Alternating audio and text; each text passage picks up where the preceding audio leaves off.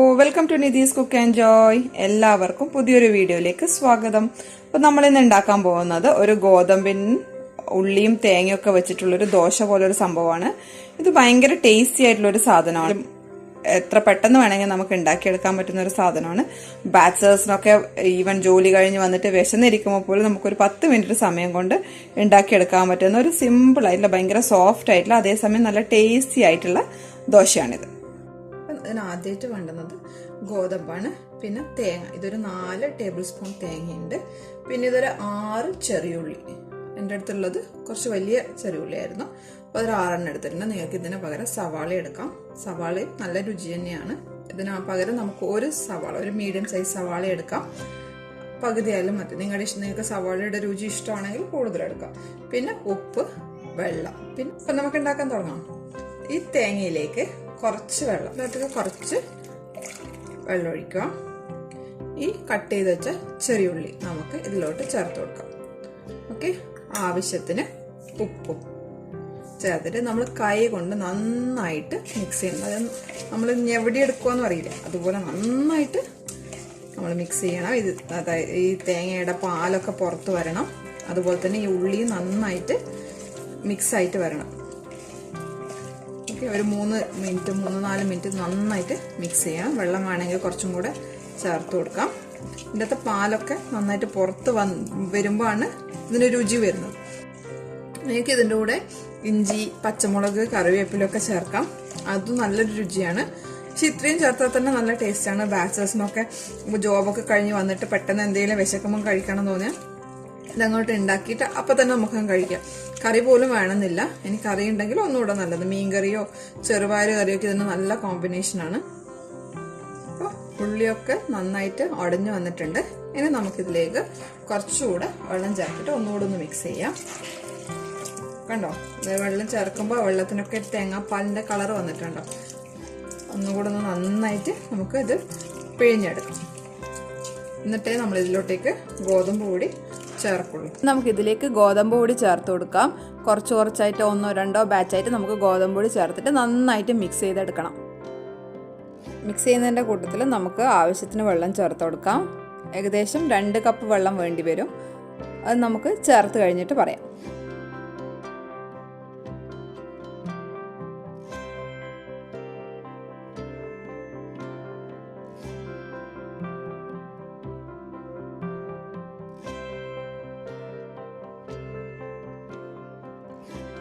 ഇതിൽ മൊത്തത്തിൽ 2 കപ്പ് വെള്ളം ചേർത്തിട്ടുണ്ട്.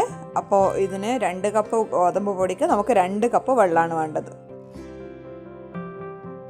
അപ്പോൾ നമുക്കിത് ചുട്ടെടുക്കാൻ വേണ്ടിയിട്ട് ഒരു പാന് ചൂടാക്കുക. അതിൻ്റെ കൂടെ തന്നെ നമ്മൾ ഇങ്ങനെ ഒരു പാത്രത്തിൽ വെള്ളം എടുത്ത് വെക്കണം. നമ്മൾ ചുടുമ്പോൾ കൈ കൊണ്ട് ഇങ്ങനെ പരത്തിയെടുക്കുമ്പോൾ ഇടയ്ക്കിടയ്ക്ക് കൈ നനച്ചു കൊടുക്കാൻ വേണ്ടിയിട്ടാണ് നമ്മൾ വെള്ളം എടുത്ത് വെക്കുന്നത്.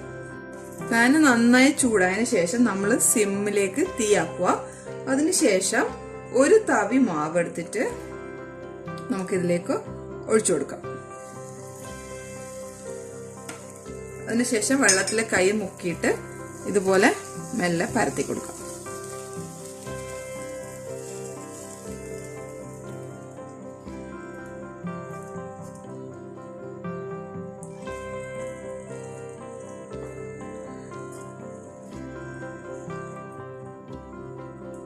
ഇടയ്ക്കൊന്ന് കൈ നനച്ചു കൊടുക്കണം. അപ്പോൾ കൈ പൊള്ളുകയില്ല, നമുക്കിത് പെട്ടെന്ന് പരത്തി എടുക്കാനും പറ്റും. ഇനി നമുക്കിത് ഫ്ലെയിം ഹൈയിലാക്കിയിട്ട് അടച്ചു വെച്ചിട്ട് ഒരു സൈഡ് 2 മിനിറ്റ് വെന്തിട്ടാകുമ്പോൾ നമുക്ക് തിരിച്ചിട്ട് കൊടുക്കാം. അപ്പോൾ ഇതൊരു സൈഡ് 2 മിനിറ്റ് വെന്തിട്ടുണ്ട്. നമുക്കിതൊന്ന് തുറന്നിട്ട് വെളിച്ചെണ്ണ ഒന്ന് തേച്ച് കൊടുക്കാം. അതിനുശേഷം ഇതൊന്ന് തിരിച്ചിട്ട് കൊടുക്കാം. ഇതിപ്പം മറച്ചിട്ടിട്ട് 2 മിനിറ്റ് ആയിട്ടുണ്ട്. നമുക്കിത് ഒന്നുകൂടെ ഒന്ന് തിരിച്ചിട്ട് കൊടുക്കാം. കണ്ടോ, ഈ ഒരു അവിടെ ഒരു ബ്രൗൺ കളർ വന്നിട്ടുണ്ടോ, ഇതാണ് അതിൻ്റെ കറക്റ്റ് വേവ്. അതുപോലെ തന്നെ ബാക്ക് സൈഡിലും വരണം. ഇനി നമ്മൾ ഇരുമ്പിൻ്റെ കല്ലാണ് ഉപയോഗിക്കുന്നതെങ്കിൽ, അതായത് നമ്മുടെ ദോശ കല്ലാണ് ഉപയോഗിക്കുന്നതെങ്കിൽ ആദ്യം ഒന്ന് എണ്ണ തടവിയിട്ട് വേണം നമ്മൾ ഈ ഒരു മാവ് ഒഴിച്ചു കൊടുക്കാൻ വേണ്ടിയിട്ട്. നമ്മുടെ ബാക്ക് സൈഡും ഞാൻ കാണിച്ചു തരാം. കണ്ടോ, ഇതുപോലെ ബ്രൗൺ സ്പോട്ട്സ് വന്നിട്ടുണ്ട്. നല്ല അടിപൊളിയായിട്ട് വെന്തിട്ടുണ്ട്. നമുക്കിതിനെ ഒരു സെർവിങ് പ്ലേറ്റിലേക്ക് മാറ്റാം. ഒരു ദോശയും കൂടെ ചുട്ട് കാണിച്ചു തരാം. നോൺ സ്റ്റിക്ക് പാൻ ആയതുകൊണ്ട് നമുക്ക് ലോ ഫ്ലെയിമിൽ വെച്ചിട്ട് മാത്രമേ ഇത് പരത്തി എടുക്കാൻ പറ്റുള്ളൂ. അപ്പോൾ ഒരു ദോശ ചുട്ട് കഴിഞ്ഞിട്ടാകുമ്പോൾ നമ്മൾ ജസ്റ്റ് വെള്ളം കുറഞ്ഞിട്ട് അതിന്റെ ടെമ്പറേച്ചർ ഒന്ന് കുറയ്ക്കണം. എന്നിട്ട് ലോ ഫ്ലെയിമിലിട്ടിട്ട് വേണം നമ്മൾ അടുത്ത തവി മാവ് ഒഴിക്കാൻ വേണ്ടിയിട്ട്. അപ്പം ഞാനിതിന്റെ ടെമ്പറേച്ചർ ഒന്ന് കുറച്ചിട്ടുണ്ട്. ഇനി നമുക്കൊരു തവി മാവ് ഒഴിച്ചു കൊടുക്കാം. അപ്പൊ തന്നെ കൈയൊന്ന് നന്നായിട്ട് നനക്കുക. എന്നിട്ട് ഇത് മെല്ലെ മെല്ലെ പരത്തി കൊടുക്കുക. കൈ നനച്ചാൽ മാത്രമേ പരത്താൻ പറ്റുള്ളൂ, അല്ലെങ്കിൽ പരത്തി എടുക്കാൻ പറ്റില്ല.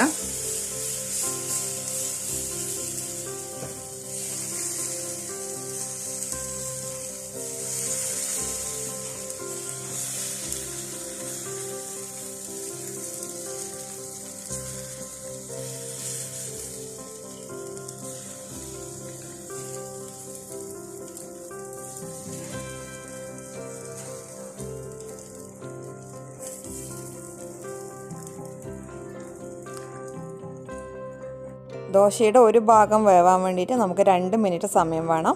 അപ്പോൾ മൊത്തത്തിൽ നമുക്ക് 4 മിനിറ്റ് സമയം വേണം ഒരു റൊട്ടി ചുട്ടെടുക്കാൻ വേണ്ടിയിട്ട്. ഇതിനെ ദോശ എന്നോ റൊട്ടിന്നോ ഒക്കെ നമുക്ക് വിളിക്കാം.